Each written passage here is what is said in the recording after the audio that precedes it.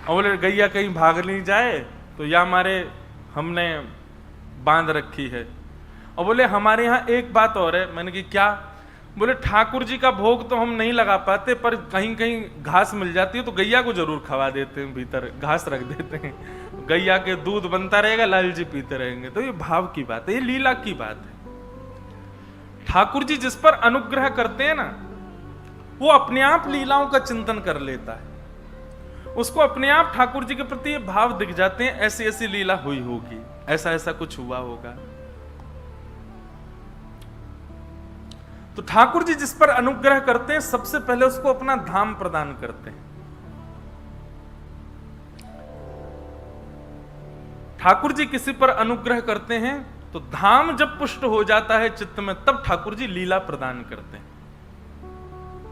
जिसके चित्त में कभी लीला ही प्रकट नहीं होती, अभी और भजन करे वो, ठाकुर जी को माला पहनाई जावे, ठाकुर जी को कुछ भी अर्पण कराया जाए, ठाकुर जी के वस्त्र कैसे क्या, कहीं ना कहीं कुछ ना कुछ लीला का अनुभव आपको नित्य होना चाहिए। आज ऐसी लीला लग रही है ठाकुर जी की। जैसे हमारे श्रीनाथ जी रात में 2 माल पहन करके सोते हैं गले में, केवल 2 माला, वो भी मोतीन की पतली माला। पूरा श्रृंगार उतार देते हैं, हल्का श्रृंगार करके सोते हैं। तो 2 माल का भाव क्या है? तो 2 माल के प्रति लीला प्रकट होती है। यदि कुंज में दर्शन कर रहे हो तो कुंज, निकुंज, निवृत्त निकुंज, 3 कुंज होती हैं। कुंज में ग्वाल बाल, नंद बाबा, यशोदा मैया, सब ब्रजवासी सब हैं ठाकुर जी के साथ। पर जैसे निकुंज में चले जाते हैं तो निकुंज में केवल सखियां, किशोरी जी और ठाकुर जी। निवृत्त निकुंज में केवल ठाकुर जी और किशोरी जी और कोई नहीं। तो जब ठाकुर जी के गले में 2 माल दिखती हैं रात में, तो कुंज का यदि दर्शन करो तो कुंज में ऐसा भाव आता है कि ठाकुर जी यशोदा मैया के पास सो रहे हैं, और यशोदा, एक हाथ यशोदा मैया को, दूसरा हाथ नंद बाबा को, गले में 2 माल। लाला बीच में सो रहे हैं, दोनों तरफ मैया बाबा सो रहे हैं, लाला को ऐसे अंक में भर के सो रहे हैं। निकुंज की लीला में जाते हैं तो वही 2 माल जो है वो किशोरी जी के हस्त हैं। मानो किशोरी जी ठाकुर जी के अंग पर अपने दोनों हस्त कमल धारण करके शयन मुद्रा में जा रही हैं। हमारे नाथ द्वार के भाव में तो पाग, श्रृंगार, नूपुर, हर स्थिति में कोई ना कोई सखा प्रदत्त होता है। तो लीला, महाप्रभु जगन्नाथ जी की लीलाएं भी देखो। दुनिया के सारे ठाकुर दिन में श्रृंगार करते हैं, पर जगन्नाथ महाप्रभु रात्रि में पुष्प श्रृंगार करते हैं, सोते समय फूलों की श्रृंगार करते हैं। वृंदावन के या पूरे भारतवर्ष के जितने भी कृष्ण मंदिर हैं, सब जगह पुष्प सुबेरे धारण होता है। महाप्रभु जी का भी सुबह धारण होता है, परंतु विशेष प्रकार के पुष्पों का श्रृंगार ठाकुर महाप्रभु जगन्नाथ जी का रात्रि में होता है। उसके पीछे लीला क्या है? बोले लीला ये है कि जैसे ही कपाट बंद होते हैं, श्री जगन्नाथ महाप्रभु उस दिन वृंदावन चले जाते हैं। तो वृंदावन ठाकुर जी रास करने जा रहे हैं, तो रास में जाएं तो सज धज के जाएं, इसलिए श्रृंगार होता है ठाकुर जी का। लीला। तो ठाकुर जी जिस पर अनुग्रह करते हैं उसको धाम प्रदान करते हैं, और जब धाम पुष्ट हो जाता है तब ठाकुर जी उसको लीला प्रदान करते हैं। और जब लीला पुष्ट होने लग जाती है तब ठाकुर जी नाम प्रदान करते हैं। नाम जप ये उसका सर्वधन बन जाता है। सबकी रुचि नहीं बन पाती नाम जप में, बहुत कम लोगों की रुचि होती है नाम जप में। और नाम जप कोई करना प्रारंभ भी कर दे तो उसका मन लगेगा उसमें, यह भी गारंटी नहीं है। नाम में मन लगना यह भी ठाकुर जी का अनुग्रह होता है, तभी हो पाता है। नहीं तो नाम व्यक्ति केवल फेर लेता है, माला पूरी करने पर लगा रहता, कब पूरी हो मैं नेत्र से लगाऊं जाऊं, तब तक समझो आप नाम कर ही नहीं रहे हो। रात भर नींद ना आवे कि कल सुबह होके स्नान करे और मैं नाम जपने बैठूं, तब समझो कि अब नाम की कृपा हो रही है। नाम जप पूर्ण होने पर, माला पूर्ण होने पर मन में ऐसा हो, ओहो अब नाम पूरा हो गया, अब मुझे उठना पड़ेगा, तब समझो नाम की कृपा हुई है। नाम जप करते करते करते सुमेरु आ जाए और सुमेरु आते ही मन हो कि एक माला और कर लें, तब समझो ना। ये नामापराध में बताया गया है कि एक नाम अपराध कहलाया जाता है। 10 नामापराध बताए गए हैं, उनमें एक अपराध बताया गया कि जितना आज नाम जप किया कल भी उतना ही किया तो ये नामापराध है। आज जितना किया कल उससे दुगना होना चाहिए। और दुगना कोई ऐसा नहीं कि महाराज जी ने कहा है इसलिए दुगना करना, आप मन से भाव से उसको पूर्ण करो। तो नाम, लीला और धाम, जब ये तीनों पुष्ट होते हैं तब रूप प्राप्त होता है, तब ठाकुर जी का दर्शन प्राप्त होता है। हम लोग चाहते हैं ना धाम मिले, ना लीला मिले, ना रूप मिले, बस हमारी जरा सी भक्ति से ठाकुर जी का दर्शन मिल जाए। नाम, लीला और धाम, इन तीनों को जब आप अपने चित्त में पुष्ट करेंगे, इन तीनों को जब आप श्रेष्ठ बनाएंगे, और ये तीनों कड़ी से मिले हुए हैं, सबसे पहले धाम, उसके बाद लीला, उसके बाद नाम। कई कई जगह ऐसा होता है कि नाम पहले प्रारंभ कर दिया जाता है। नाम पहले प्रारंभ मत करो, पहले लीला सुन करके धाम में जाकर के विश्वास प्रकट करो ठाकुर जी के प्रति। लीला सुनकर के उनको पहचानो, तब नाम जब प्रारंभ करो। नाम तो अंतिम अवधि है, और जब तीनों पुष्ट हो जाएंगे तब क्या प्राप्त होगा? रूप, ठाकुर जी का दर्शन। अच्छा एक बात कहें, ठाकुर जी का दर्शन कैसा होना चाहिए? अनुभव दर्शन की अभिलाषा रखो, प्रत्यक्ष दर्शन की अभिलाषा मत रखो। बहुत ध्यान से सुनिएगा, आप रख भी सकते हैं स्वच्छंद, मैं अपनी बात कर रहा हूं। मुझे ज्यादा ठाकुर जी से ये अभिलाषा नहीं रहती कि आप प्रत्यक्ष दिखो, मुझे बस ये रहता आप बस अनुभव करा दो, बस मुझे ये पता चल जाए कि हाँ अभी इस वक्त यहां लाल जी बैठे थे, अभी अभी ऐसी लीला करके गए हैं, अभी अभी ऐसा कुछ हुआ होगा। ये अनुभूति, मुझे उसमें ज्यादा सुख मिलता है कि हाँ लाल जी ऐसा करके, कहीं प्रत्यक्ष दिख गए तो कहीं अभिमान ना हो जाए, कहीं मान ना हो जाए अपने ऊपर। अनुभव दर्शन, नाम, लीला, धाम, रूप, ये 4 है। तो सबसे पहले धाम, फिर लीला, फिर नाम और अंत में रूप। ये ठाकुर जी के अनुग्रह से प्राप्त होता है।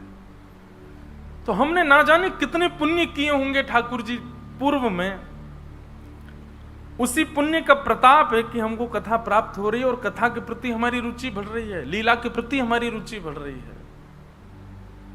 ठाकुर जी का बहुत बड़ा अनुग्रह है हमारे ऊपर।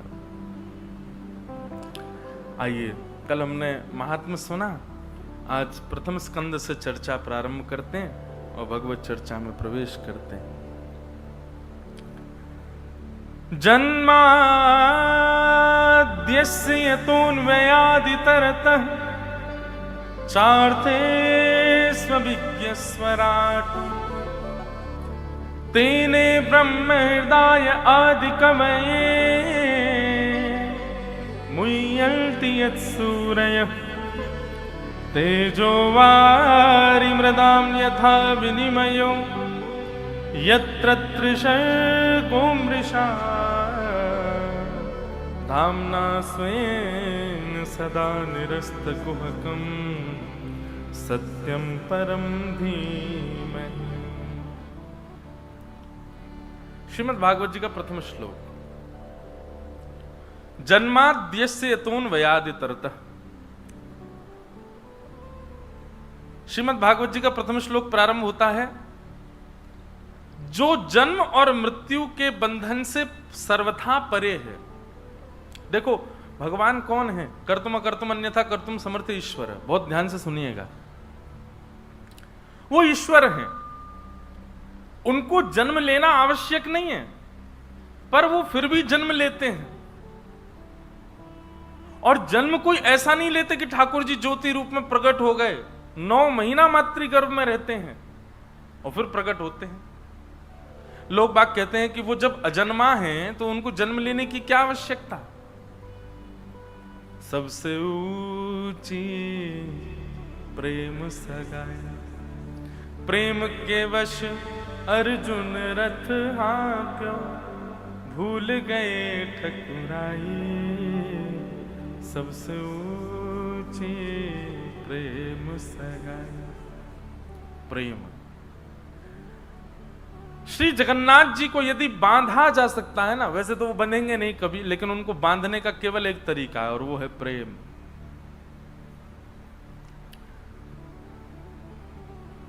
वो अजन्मा है, उनको जन्म लेने की कोई आवश्यकता नहीं, परंतु फिर भी वो जन्म क्यों लेते हैं? क्योंकि प्रेम। चाहे वो कौशल्या मैया का हो, चाहे वो यशोदा मैया का हो, चाहे देवकी मैया का हो, चाहे देवहूति माता का हो, चाहे अनसुईया माता का हो, ये सब माताओं के प्रेम के वश ठाकुर जी उनके गर्भ में 9-9 महीने रह करके जन्म लेते हैं। ऐसा नहीं कि केवल आ गए पुत्र बनकर के ज्योति रूप में प्रकट हो गए, बस हो गया काम, मैया आ गए हम आपके पुत्र। नहीं, पूरी जो अनुभव एक मां को 9 महीने तक अपने गर्भ के बालक के प्रति होता है, वैसा अनुभव ठाकुर जी कराते हैं 9 महीने तक, उसके बाद जन्म लेते हैं। वो अजन्मा है, लेकिन फिर भी प्रेम के वश आकर के ठाकुर जी सब करते हैं। मैं कथाओं में कहा करता हूं कि भगवान इतने नियमों में क्यों रहते हैं। ठाकुर जी जितने नियम में रहते हैं उतना नियम में कोई नहीं रहता।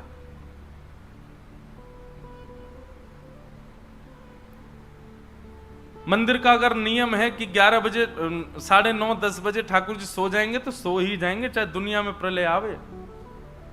ठाकुर जी का 8 बजे बाल भोग होगा तो होगा, ठाकुर जी का 12 बजे राजभोग होगा तो होगा। समय से खाना, समय से पीना, समय से सोना। और हमारे वृंदावन में तो विशेष ध्यान रखते हैं, जगन्नाथपुरी में नहीं रखते ध्यान। अभी जिस दिन में गया उस दिन जगन्नाथ भगवान सोए रात में 1:30 बजे, और कई बजे 2:30 भी बज जाता है ठाकुर जी को सोते सोते, और सुबह उठ जाते हैं 6:30 बजे। अभी मैं गया तो मैं उनसे बोला, पुजारी जी पंडित जी से, मैंने कि हमारे लाला को इतना काय को कष्ट कराए करो, मैंने कि रात में 2-2:30 बजे सुबाओ, सुबह 6:30 बजे उठाए दो। बोले महाप्रभु जी सोते थोड़े ही, वो तो वृंदावन जाते। मैंने फिर तो आपको और लंबे समय तक बंद रखना चाहिए मंदिर, वृंदावन से बेचारे भागते होंगे। बोले अरे मंदिर खोल दियो सबरेन ने, 6:30 बज के भागो यहाँ थे। मैं फिर तो और लंबा समय ठाकुर जी को विराजमान करो। बोले वृंदावन में तो सखियों और श्री राधा रानी के संग रास करने गए, यहाँ पे भी तो लाखों वैष्णव आते हैं, उनके संग भी तो रास विहार करना है। तो पुरी में तो नियम, क्योंकि परब्रह्म के वहां नियम बहुत हैं। ठाकुर जी को ये कराना, उसके बाद ही सोएंगे, इतने नियम होते हैं कि उसी में ही विलंब हो जाता है ठाकुर जी को। पर कभी कभी चित्त में ऐसा भाव आता है कि परब्रह्म इतने नियम में क्यों बंधा है, भगवान इतने नियमों में क्यों रहते हैं।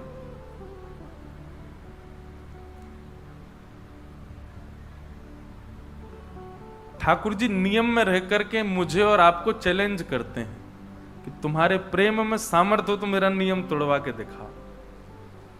ठाकुर जी नियम तोड़ने के लिए नियम में बैठते कि अगर तुम में सामर्थ्य है, तुम्हारी प्रेम लक्षणा भक्ति में इतनी शक्ति है, तोड़वा के दिखाओ हमारा नियम।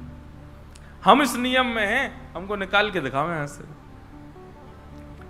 कितने भक्तों के लिए ठाकुर जी ने नियम तोड़ा। स्नान पूर्णिमा के दिन श्री जगन्नाथ जी गणपति रूप धारण करते हैं।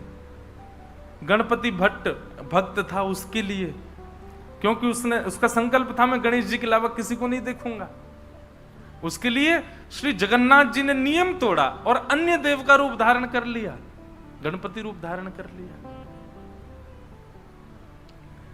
सालबेग की भक्ति से प्रसन्न होकर के महाप्रभु जगन्नाथ जी का रथ, जो लाखों लोग खींचते हैं, रुक गया। जब तक सालबेग नहीं आएगा आगे नहीं बढ़ूंगा मैं। बलराम दास जी जैसे भक्त के लिए ठाकुर जी ने अपने रथ को रोक दिया, और रथ के आगे लाखों लोग खड़े थे। ठाकुर जी ने समुद्र किनारे दूसरी रथ यात्रा कर ली, नियम तोड़ दिया। माधव दास भक्त के लिए ठाकुर जी जगन्नाथपुरी छोड़ करके वृंदावन चल दिए। आपको पता है श्री जगन्नाथ जी का एक स्वरूप वृंदावन में भी विराजमान है, जो जगन्नाथपुरी से ही गया हुआ है। एक हरिदास नाम के भक्त हुए वृंदावन में। ये स्वामी श्री हरिदास जी नहीं जिन्होंने बिहारी जी को प्रकट किया, एक अन्य हरिदास नाम के भक्त हुए। उनको महाप्रभु श्री जगन्नाथ जी ने स्वप्न में आकर के आज्ञा की कि हरिदास जी, मोए वृंदावन की बड़ी याद आ रही है। हरिदास जी बोले, तो आपको याद आ रही है तो आपके लिए क्या किया जाए बताओ। बोले, अभी मेरा नवकलेवर होने वाला है जगन्नाथपुरी में। वैसे तो नियम है कि पूर्व का जो हमारा दारू स्वरूप है उसको भूमिगत कर दिया जाता है, नवीन स्वरूप विराजमान किया जाता है नवकलेवर में। आप एक काम कीजिए, जो नवकलेवर होगा तो पूर्व का जो स्वरूप है हमारा उसको आप लेकर के वृंदावन चले जाओ। हरिदास जी बोले, जगन्नाथपुरी के लोग छोड़ देंगे मुझे? कहीं ऐसा नहीं हो कि महाराज चढ़ मरे मुझ। बोले, वो उसकी जिम्मेवारी हमारी है, तुम बस हमको ले आओ। स्वप्न में ठाकुर जी ने आज्ञा कर दी। हरिदास जी महाराज महीनों लगा करके तो पहुंचे जगन्नाथपुरी। नवकलेवर के समय के आसपास ही पहुंच पाए, साधन इतने थे नहीं। और जाकर के सीधे मंदिर में पुजारियों से उन्होंने कह दिया कि ठाकुर जी की आज्ञा है, नवकलेवर होने वाला है, तो नवकलेवर के समय ये जो पूर्व का स्वरूप होगा ये आप हमको दे देना, हम इसको वृंदावन ले जाएंगे। पुजारी हंसने लगे, बोला, हाँ तुमको दे देंगे हम, इतने वर्षों से चली आई हमारी नियम सेवा, इसको छोड़ दें हम, तुमको दे देंगे। और तुमको ठाकुर जी ने स्वप्न दिया, हमको क्या प्रमाण है? तुम्हारे जैसे बहुत आते हैं ऐसे कहने वाले, चलो जाओ यहां से। हरिदास जी महाराज खूब कहते रहे लेकिन किसी ने उनकी बात नहीं मानी। दूर खड़े खड़े जगन्नाथ जी को देखने लगे। बोले, मुझे कोई गरज नहीं थी आपको ले जाने की, आपकी आज्ञा थी, इसीलिए मैं आया था। नहीं जाना तो बैठे रहो यहीं पर, मुझको क्या। लेकिन मंदिर से बाहर निकल करके मन में सोचने लगे कि एक आज्ञा हुई ठाकुर जी के जीवन में, वह भी मैं पूर्ण नहीं कर पाया, तो काय बात का भक्त। यहां तो मेरी बात कोई मानने वाला है नहीं। हरिदास जी महाराज समुद्र के किनारे चले गए, वहीं अनशन व्रत पर बैठ गए। बोले, या तो जगन्नाथ जी को संग लेकर के वृंदावन जाऊंगा, नहीं तो इसी समुद्र में प्राण त्याग दूंगा अपने। 3-4 दिन बीत गए। बंधुओं, एक बात हमारी एक मानेंगे, आप लोग जगन्नाथपुरी जाते हैं ना, सबसे पहले समुद्र नारायण भगवान को प्रणाम किया करो जाते समय। क्यों? मैंने इतने भक्तों का चरित्र सुना, इतने भक्तों के मैंने चरित्र गाए हैं कथाओं में, मैंने अधिकतर देखा जो भक्त जगन्नाथ जी, जिस पर जगन्नाथ जी ने कृपा नहीं की ना, वो भक्त समुद्र किनारे जाके बैठा, और जैसे ही वो समुद्र किनारे जाके बैठा जगन्नाथ जी ने उस पर कृपा कर दी। इसका मतलब क्या है? ये महोदधि सामान्य नहीं है, ठाकुर जी के ससुर जी हैं ना। जब समुद्र किनारे जाके हम बैठते हैं तो ससुर जी, वैसे ही दामाद जो होता है वो ससुर जी की आज्ञा पिता की नहीं मानेगा, ससुर की मान लेगा। पिताजी एक बार कहें, बेटा ऐसा करो, हाँ पिताजी सोचते, ससुर जी कहें, बेटा ऐसा करो, जी जो आज्ञा। उसके पीछे कारण दूसरा भी है ना, नहीं मानूंगा तो बगल में बैठिए जे मुझे छोड़ेगी। मेरे पिताजी कह रहे हैं, मानते नहीं।